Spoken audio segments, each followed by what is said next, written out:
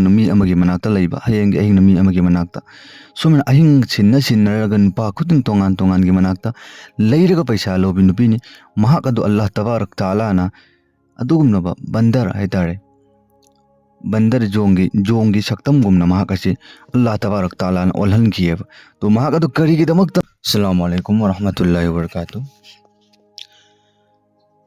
बिस्मिल्लाहिर रहमानिर रहीम अदुगुमलबा अई मयामदा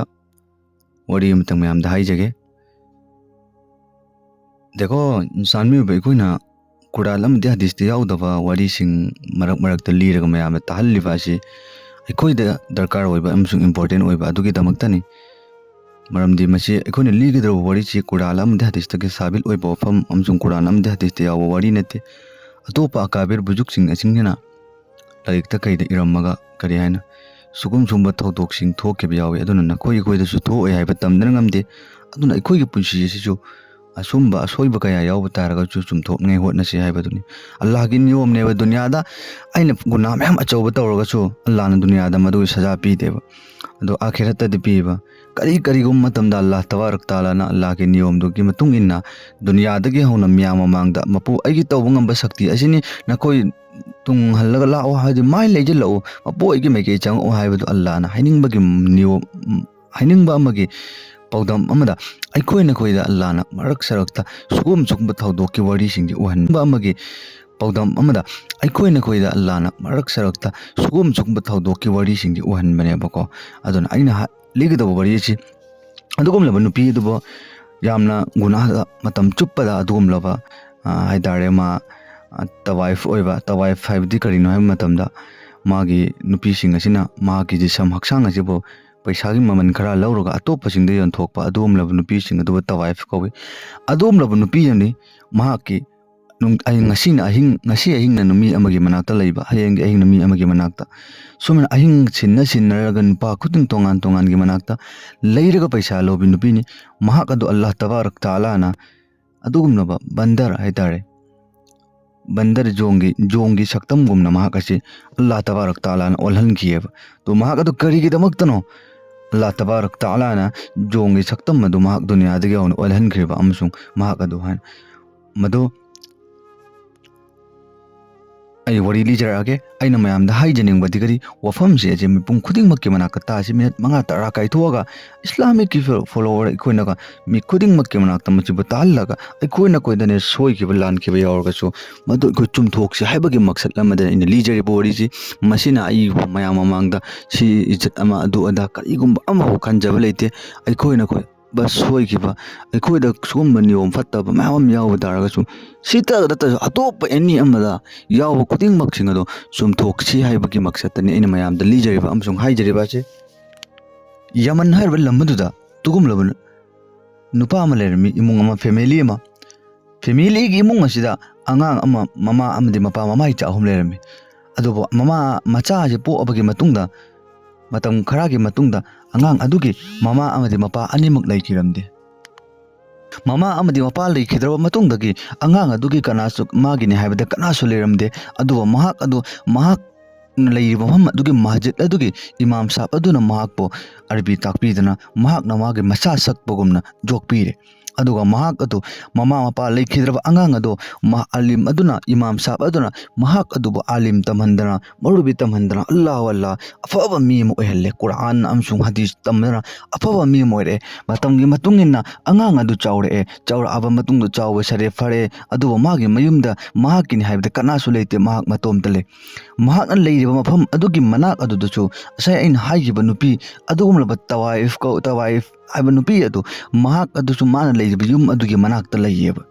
अदुगुमलबा नुपी अदु मसक मतौ यामना फजबा मदि खुंगंग अदुदा लैकाय अदुदा महककी मसक असि यामना ममिंग चटपा वाह मागे मसक असि फजैको हाइना अउबा खुदिंगमकना मागे मसकसि उबा मतमदा ngauba मी खुदिंगमक महक अमक्तंग लैमिन्नरगदि महक अमक्तंग अइगे हिमिन्नरगदि हाइना खल्लगा पैसा पीरगा अनिंगबा खुदिंगमक पांगथोइबा इदुमलबा मसक मतौ यामना फजबि नुपी अमने महक अदुगी मिनाय अमा लेरमि मागे गुलाम बांदी नुपी अमा लेरमि अदुमलबा हजिकि तवाइफ हाइरबा नुपी अदुगी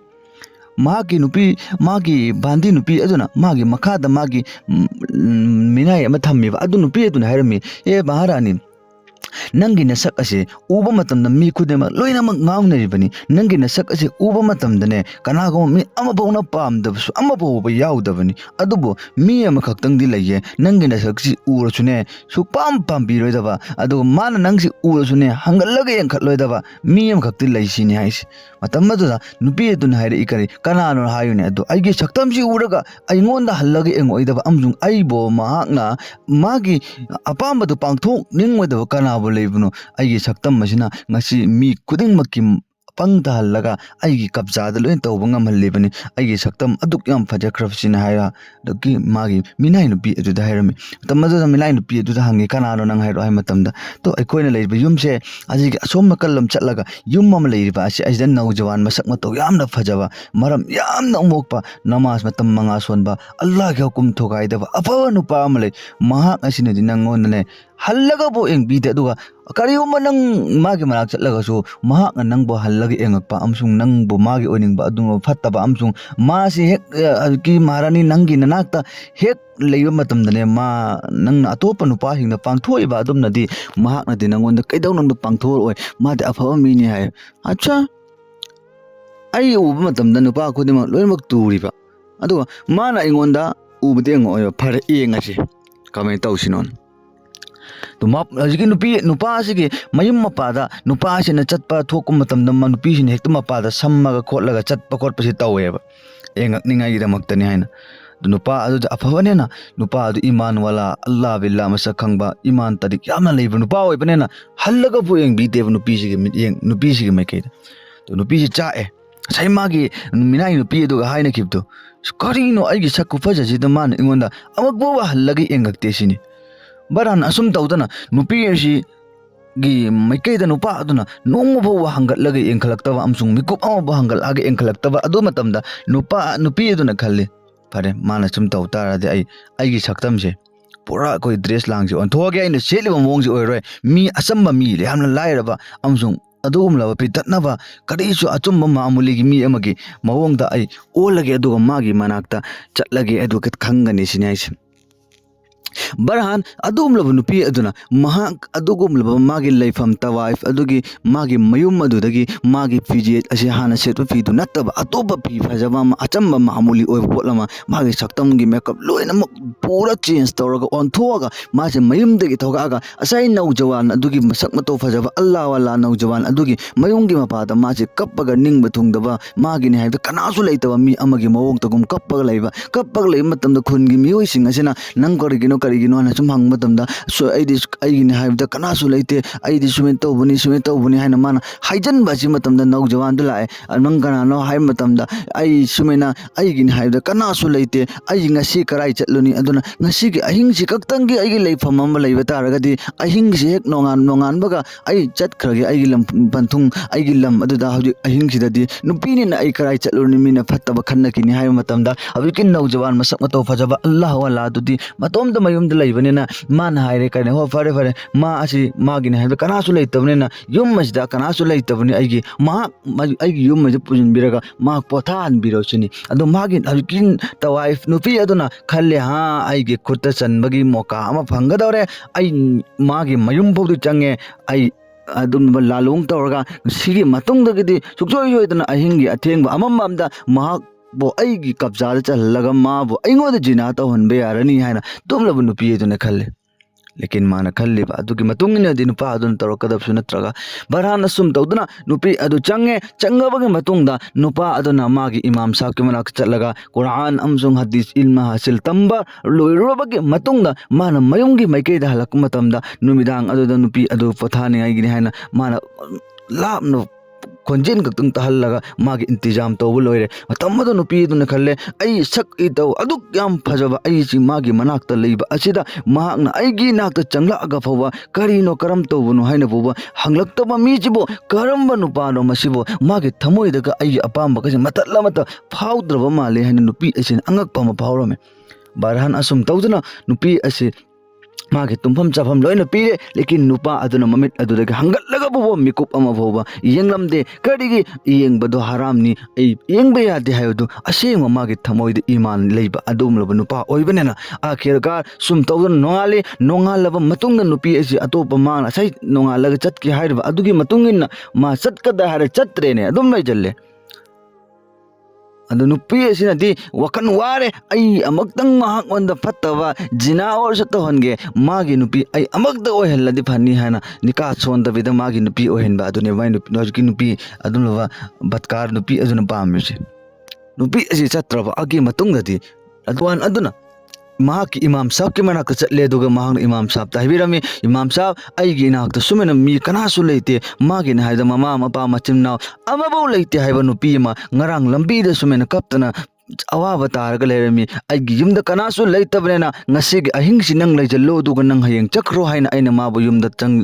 changjafam piraga tambani adu bomagi na haibda kanasu leite hai adu chatlo haiba suma adumuk chatte yumda sum adum lei haiba matamda adum no imam sahab adun haimi mahakini haibada kanasu leitabo oibataragadi nupi adu nang na pamba nang na haiba ingadaba nupi oibataragadi nang mahak ngoda nikage paigam tawro adu nang nikah tawro waisebi nang asina tagu so hayeng nong na tagu nong wadi nang adum nupi thiraga nikage paigam tawro kadaba adum leire allah na nangi damakta jariya pire ibani adum laba nupi adu nang mahak ona nikage paigam tawro aduga nikage pau piraga mahak adu nangi nupi oiningai damakta hairo magin haiba kanam ta leitrabena adu betaragadi nang family oiragani magin haiba nangi haiba kanasu leitaba taragasu nakoi ani imung ama chalairaga nungaina panbi yarani siniaise o fare fare harga nupa adu jawan nau jawan adu adum yum adugi maikaida halaga nupi hairami nupi aigi imam sa aduna aigi ipa sakli bani mahak khaktane aigi ni haibda ima ipa ama ho leite ai ilma dil tamhalak pasum mahak tamalak one mahak ngonda ai nangi wari du liba matamda mahak na ingonda haire ikare na nahak na nupi aduda hairo aduga nakhoi ani nika so ningai damakta nika solo aduga matai mina oiro haina haire eduna nang kari khallibano sin nupi du hangibs तो नुपी अदुदी निका सोलगा मागी नुपी ओइगे हाइना खल्लगा लाकप नते अहिंग अमदोरसु अमगगदोरसु मासे आइगी सक्तम मैदि एंगा लागा आइगी फजबसि मागे थमोय दुकलाउ पालहलगा महाकना फत्तबा मैकेदा अमगतोरसु नुपाजे तहनबगी नेतने नुपी जुने लाइसे लेकिन नुपी जुने खल्ले आइन काई उम्ब खरा तौगे हैना खल्लगा पंगथोके हैना लाकपनि आइदि मागी नुपी ओइगे हैना लाकपसु नते दुगा माने इंगन निका तौजिलकदोरे आइबो सिदा दुम फसाइगे तारबरा हैना नुपी एसिने खल्लमे अदोबो नुपी एसिने हाइरे नुपा अदुदा फरे अदु तारगदि नुपी दुन थमोइदा खनमनि को जिकिदो अदु फरे नौ तारदि नौजवान आई हयेंग पाकुम पीरगे ngasigi ahingji ktang ai wakhan khallage aduga munna khallaga hayeng pakum pir again hairam matam aduna nupi aduna हायरक अदुदा नुपा अदुना फरे फरे अदु तारगदि हारगा नुपा असिजु चंगजन ग्रे अदुगा पथा रे अदुगी मतुंग द नुपी असिन अहिंग चुप्पसि माना खल्ले केदो होय यारे का स्काइदे आइगी मंगोंदा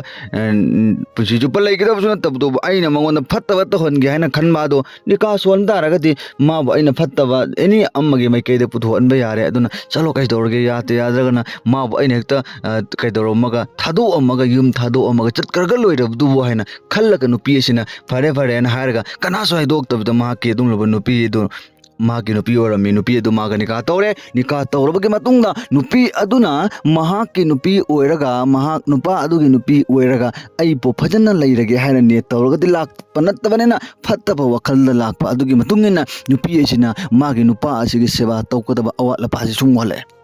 तो नोंगमदी नुपी एसि मागे मनाक्ता लेनिंगदे मागे असै फत्तब गलम जत अदुगे हाइनबिदुगी मतमदि योरक मतमदा माना खल्ले मसिंगी नुपाजे कयादा ngomkhraba aina mage mayumda adu kuina leiba matamda mage mamil asena hangatlaga bo khajik pu engaktabu nupasi bo haina khallaga nika tawdir pu engaktene harga nika tawru matungdi made nika tawruga leiningda bane chatlinga bane da ma mayumdu awiki mayumdu thadu aga mage fattaba tawfama fungi yumaduda akhir kan nupi asena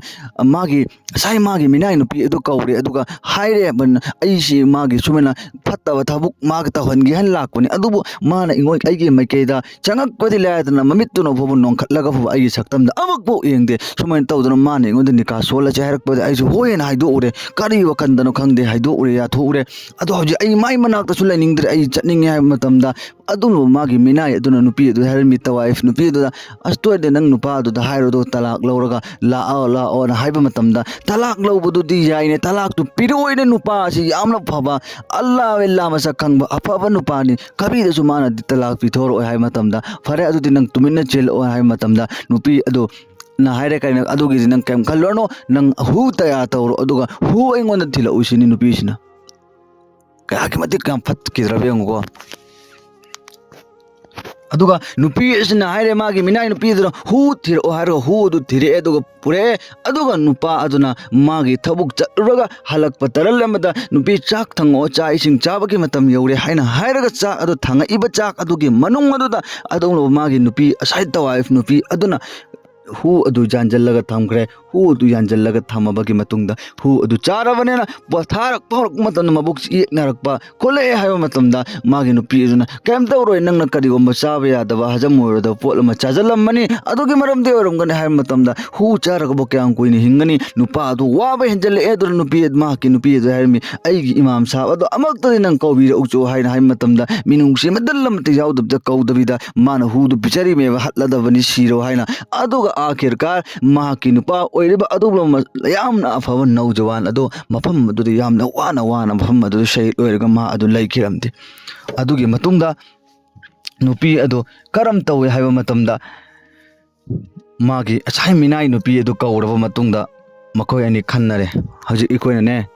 ꯑꯩꯈꯣꯏꯒꯤ ꯃꯉꯣꯟꯗ ꯇꯂꯥꯛ ꯄꯤꯔꯛꯑꯣ ꯍꯥꯏꯕꯁꯨ ꯄꯤꯔꯛꯑꯣꯏ ꯑꯗꯨꯅ ꯃꯍꯥꯛ ꯑꯁꯤ ꯑꯩꯈꯣꯏ ꯍꯧꯖꯤꯛ ꯍꯥꯠꯇꯣꯛꯑꯕꯅꯤ ꯑꯗꯨꯅ ꯃꯐꯝꯁꯤꯗ ꯌꯨꯝꯁꯤꯒꯤ ꯃꯄꯥꯟ ꯊꯣꯛꯑꯕꯗꯤ ꯌꯥꯗꯕꯅꯤꯅ ꯃꯅꯨꯡꯁꯤ ꯑꯗꯨꯝ ꯇꯧꯔꯁꯤ ꯑꯗꯨꯒ ꯐꯨꯝꯖꯤꯜꯂꯝꯃꯁꯤ ꯍꯥꯏꯔꯒ ꯑꯗꯨꯝꯂꯕ ꯅꯧꯖꯋꯥꯟ ꯃꯍꯥꯛꯀꯤ ꯅꯨꯄꯥ ꯑꯗꯨ ꯃꯤꯅꯨꯡꯁꯤ ꯑꯃꯐꯥꯎꯕ ꯌꯥꯎꯗꯕꯤꯗ ꯃꯐꯝꯗꯨꯗ ꯇꯧꯔꯦ ꯑꯗꯨꯗꯨꯒ ꯐꯨꯝꯖꯤꯜꯂꯝꯃꯦ ꯑꯗꯨꯒ ꯑꯁꯥꯏ ꯃꯥꯒꯤ ꯐꯠꯇꯕ ꯇꯧꯐꯝ ꯃꯐꯝꯒꯤ ꯑꯗꯨꯝꯂꯕ ꯌꯨꯝ ꯑꯗꯨ ꯑꯗꯨꯗ ꯍꯜꯂꯒ ꯃꯐꯤ ꯃꯔꯣꯟ ꯍꯣꯡꯗꯣꯛꯑꯒ ꯆꯠꯈꯤꯔꯝꯃꯦ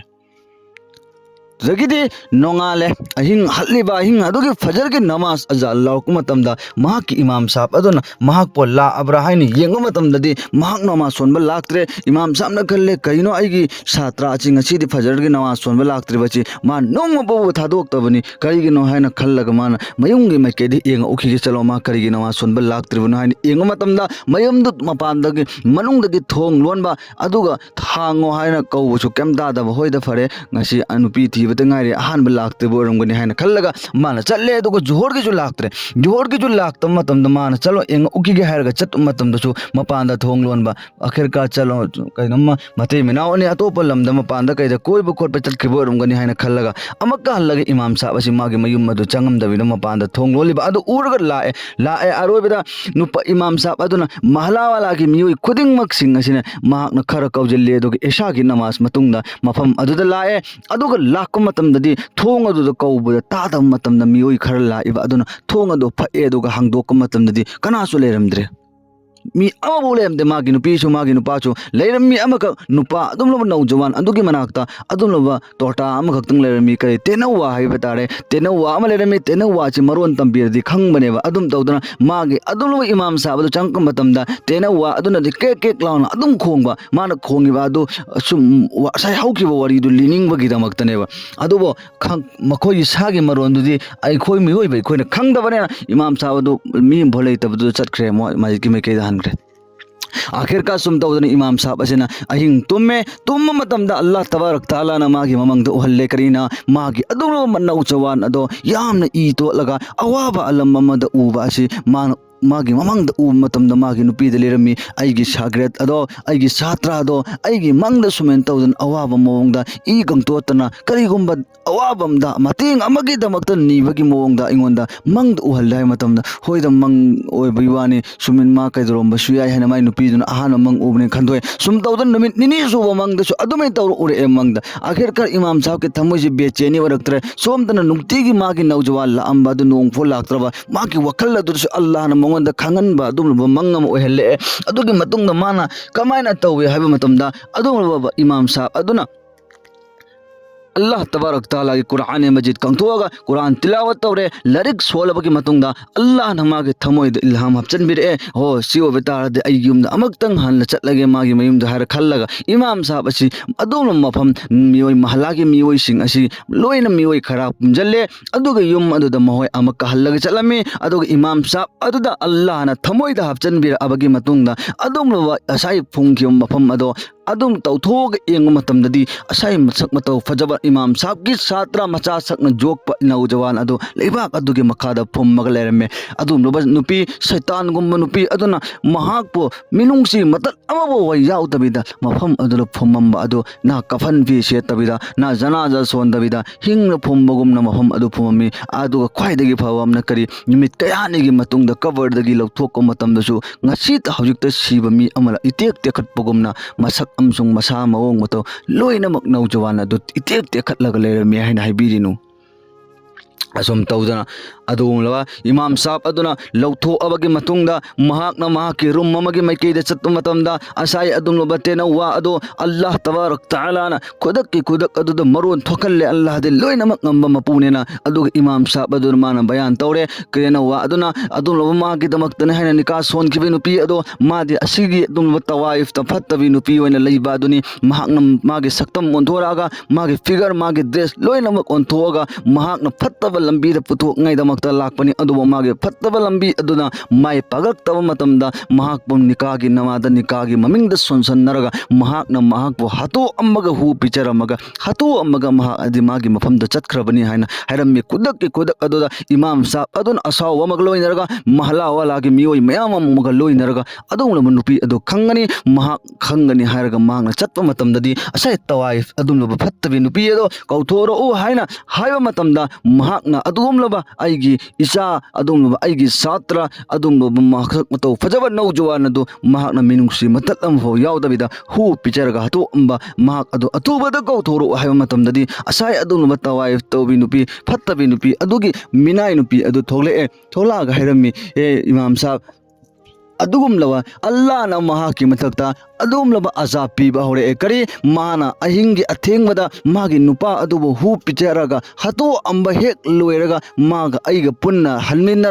halminnarakpa adugi ahing adu fodi man nungaina leremi adugi ahing aduda kanagomba nupa amagi manakta ma fattaba thabuk tawningai damaktani haina chatningai gi hotna matamda chatningai gi tayari loirab matungda allah na magi haksange khutki khonge pat khudingmak chingasi adum jongi saktam gumna tamna olhalle adudagi magi haksang punnamak singasi jongi saktam gum olhalakre adugi matungdagi mahak ase aikoi girekta laiba yarroi haina magi bhaktam madu uba matamda ki aduna haira mahak ase room amada lonjalle aduga mafam adu thamkre aduga imam sahab aisu mana tawgiba thabuk sing aduda ya ayabam ga loina yauge haina magi sat pigibni aduna aigi haksang sing asijo adum laba jong ongdagi ayamna mawong haure aduna aibasu imam sahab na maaf tawbiyo hairga imam sahab aduna ha allah da mahakna aigi cha adu minungsi yaudabada mafam adu sai oiraga thamam grabani allah na dunglu nupi adugi azab adudi dunya dagi hauna mahakpu azab piba haurabani haina imam sahab aduna hairami aduga nupa imam sahab aduna allah tabarak taala na aikoibu afabagi thabukta tawbangambagi fattaba kuding makpo thadok ngambagi to hoi pina bisanu haina mafam adudagi hairagla ammi nupi aduna allah na mahak wanda nupi adu jong oli karigi damakta oli bunu hai matamda mana allah wala buju amadu mana fattaba lampi da puthokpa allah na miyoiba ikoida moka ma piri bane nupi aduna ma afaba nupa adugi satanika tawhalle karigi damakta nupi nangi fattaba khuding maksing adu ngasidagi loina kauthokro aduga nang afabi nupi ama nupa adugumna punchi lelo haina allah na mahak wanda moka ama nupi dugi damakta pibani adubu mahak aduna masana masabo adugi moka adugi tanja adu manghangrabanena mahakna fattabanena fayana khallag chatpa adugi matungina allah na mahak ke sugum lambi da chalallebane ba aduna nungsirba chilnausing ai koina koida allah na aigi nakta afaba nupa wa jobi Allah na muqam pirak pataragadi madubu aige khuttagi chalhangano aige fattaba lambijini na fayen chatkragadi adum ba afaba thabuk adu muqa adu mathang phangkani phang oi khang mangamde inshallah aduna aikoi na koi tariba bayan wari asida aikoi dagi lawjan baya para adu lawjan laga madugi do aikoi amal loina pusi de lenje aduga aige bayan tabir bung kude na channel asi subscribe to biraga tambiyo inshallah mathang sidagi hena aikoi da kanak daba wari sidagi hena kanak daba bayal amai pura lakchage madu thagalak matamda aikoi khuding makki manakta notification yora aga aikoi punna taminaraga amal tawangam ningai damakta inshallah hairiba asida koi punna amal tawangam amal pinabi boichano wa akhirda wa alhamdulillahi rabbil alamin khuda hafiz.